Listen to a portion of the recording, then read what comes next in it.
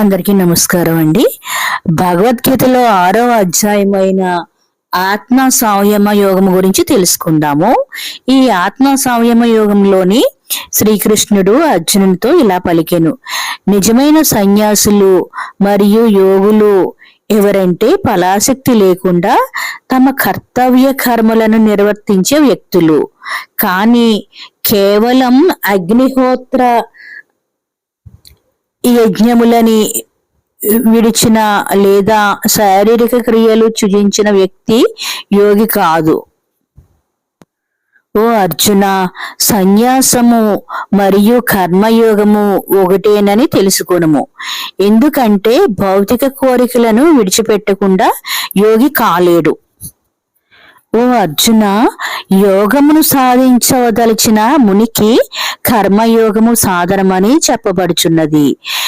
యోగ సిద్ధి పొందిన వ్యక్తికి ధ్యానము సాధనమని చెప్పబడుచున్నది. ఓ అర్జున, ఇంద్రియ సుఖములు మరియు కర్మల పట్ల ఆసక్తి లేనివాడై సమస్త సంకల్పములను వదిలిపెట్టిన వాడిని యోగ శాస్త్రముల్లో ఉన్నతమైన వాడు అందరు. మనస్సే మనకు మిత్రువు, అలాగే మనస్సే మనకు శత్రువు కూడా. కాబట్టి మన మనస్సుని ఉపయోగించుకొని ఉన్నత స్థాయికి చేరుకోవాలి, కానీ పతనమైపోవద్దు. మనస్సును జయించిన వారికి తమ మనస్సు మిత్రువు, మనస్సును నిగ్రహించలేని వారికి తమ మనస్సు శత్రువులా మారుతుంది. శీతోష్ణములు, సుఖదుఖములు మరియు మాన అవమానములు వంటి ద్వంద్వములనే ప్రభావితం చే కాకుండా సమభావంతో చూసే యోగులు ప్రశాంతతతో భగవంతుని యందు స్థితులై ఉంటారు. యోగి అంటే శాస్త్రాన్ని అర్థం చేసుకోవడంలో మరియు జీవితానుభవములను పొందడంలో సంతృప్తిని పొంది పరమాత్మతో ఏకమై ఉండి ఇంద్రియములను అధిగమించి భూమి, రాయి మరియు బంగారాలను సమాన దృష్టితో చూసే వ్యక్తి. శ్రేయోభిలాషుల యందు, స్నేహితుల యందును, శత్రువుల యందును, ఉదాసీనము యందును, మధ్యస్థలము యందును, బంధువుల యందును, ద్వేషించేవారి యందును, సాధువుల యందును, పాపాత్ముల యందును సమభావంతో కలిగిన వాడే సర్వశ్రేష్ఠుడు. యోగ స్థితి పొందాలనుకునే యోగులు ఏకాంతంగా ఉండాలి. మనస్సును మరియు ఇంద్రియములను నిగ్రహించుకోవాలి. కోరికలు లేకుండా భోగ వస్తువులను విడిచి ఎల్లప్పుడూ భగవద్ధ్యానములో నిమగ్నుడై ఉండవలెను. యోగాభ్యాసము చేయడం కోసము ఆసనము తయారు చేసుకోవడానికి పరిశుద్ధమైన ప్రదేశాల్లో ఒక దానిపై ఒకటి క్రమంగా దర్భలు పరిచి, దానిపై ఒక జింక చర్మము, దానిపై వస్త్రమును ఎక్కువ ఎత్తులో గాని తక్కువ ఎత్తులో గాని ఉండకుండా సరైన ఎత్తులో ఏర్పరచుకోవాలి. ఆ ఏర్పరచుకున్న ఆసనంపై కూర్చుని మనస్సును మరియు ఇంద్రియాలను వశపరుచుకుని ఏకాగ్రత గల మనస్సుతో ఆత్మశుద్ధి కోసం యోగాభ్యాసము సాధన చేయవలెను.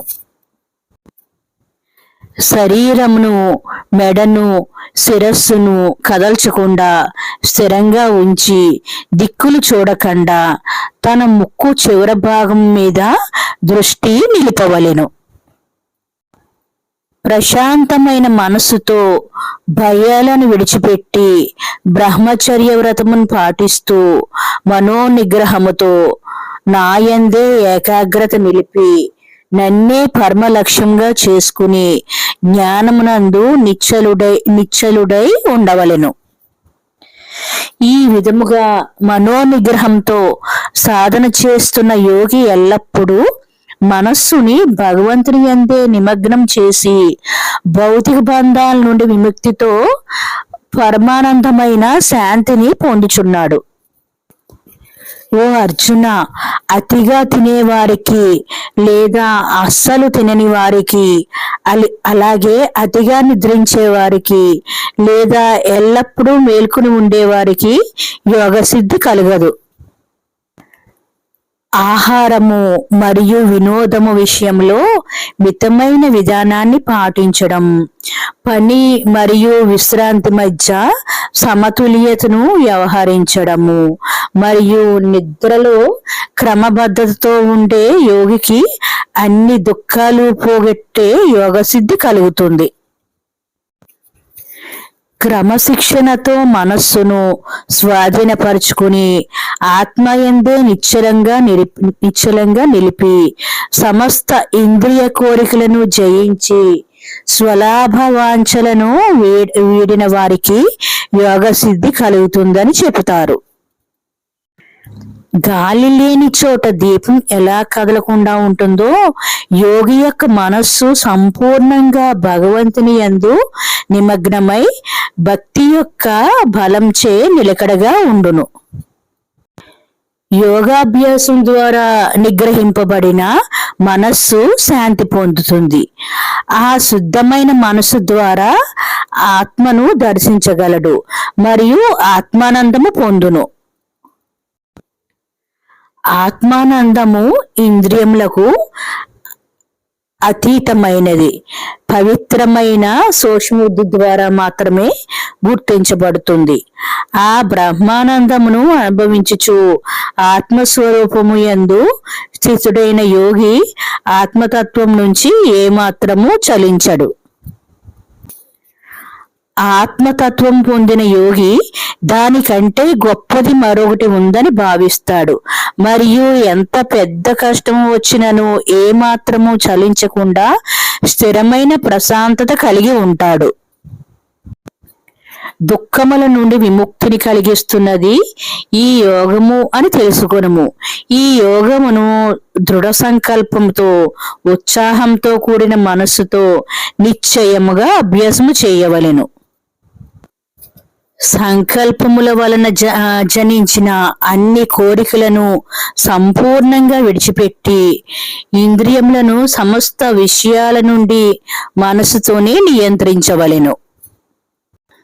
ధైర్యము వలన కలిగిన బుద్ధితో మనస్సును నెమ్మదిగా భగవంతుని యందు స్థిరముగా ఉంచి ఇతర విషయములందు ఏమాత్రము చలించలేకుండా ఉండాలి.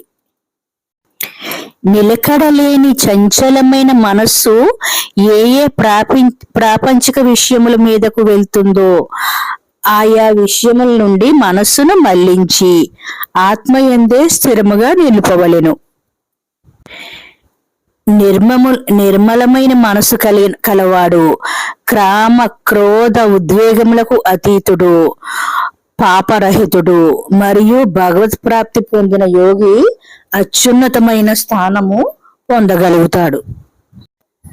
భౌతిక విషయముల నుండి విముక్తి పొంది మరియు ఆత్మని భగవంతునితో ఏకము చేసిన యోగి ఎల్లప్పుడూ ఆత్మానుభవము పొంది అనంతమైన ఆనందమును సునాయాసంగా పొందుతున్నాడు.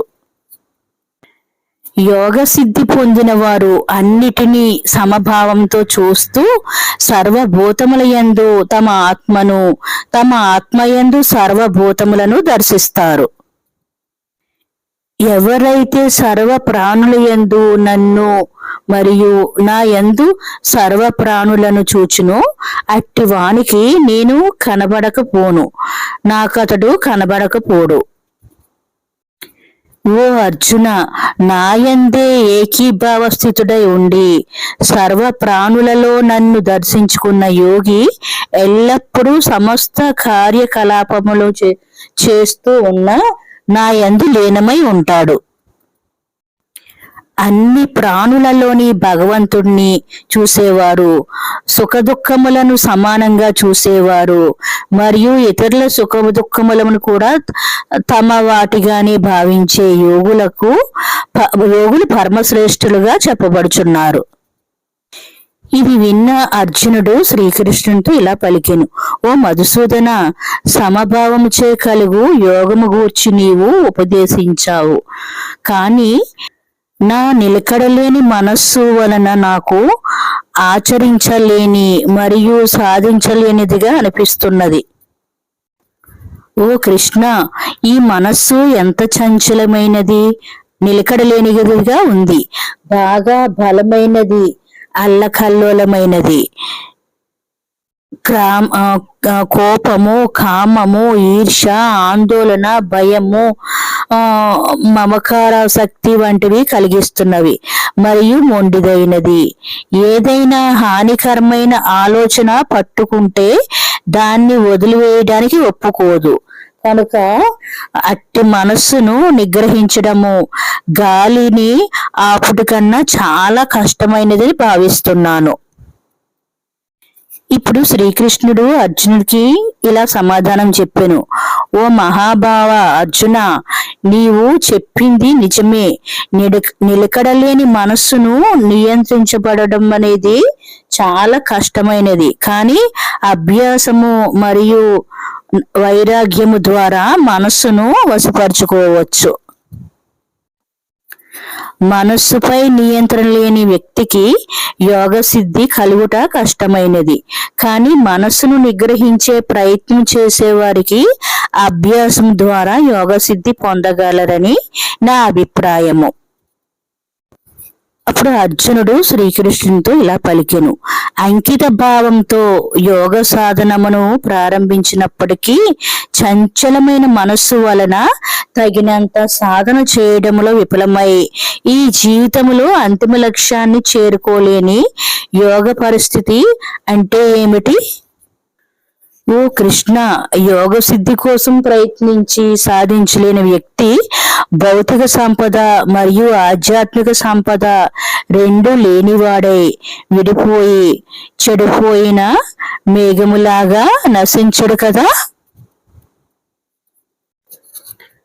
ఓ కృష్ణ, నా ఈ సందేహాన్ని పూర్తిగా నివృత్తి చేయుట శక్తి నీకు మాత్రమే ఉంది. ఈ అనిశ్చితిని పరిష్కరించడంలో మీ అంత సమర్థులు మరెవరూ లేరని నా అభిప్రాయము.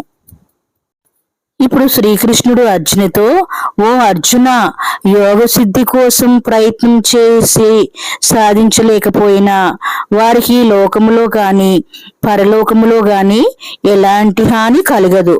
సత్కార్యాలు ప్రారంభించిన వారు ఎప్పటికీ దుర్గతి పొందరు.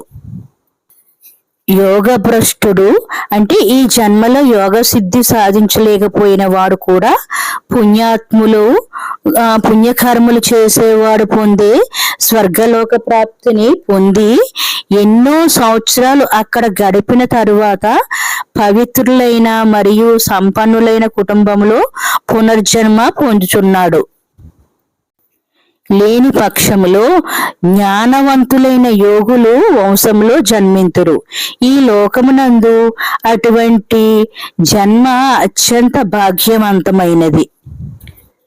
ఓ అర్జున, అలా ఉత్తమ జన్మ పొందిన తరువాత పూర్వజన్మకి సంబంధించిన బుద్ధి సంయోగమును పొందుచున్నాడు. అందువలన మరలా యోగ సిద్ధి కొరకు గతంలో కంటే ఎక్కువగా సాధన చేయుచున్నాడు.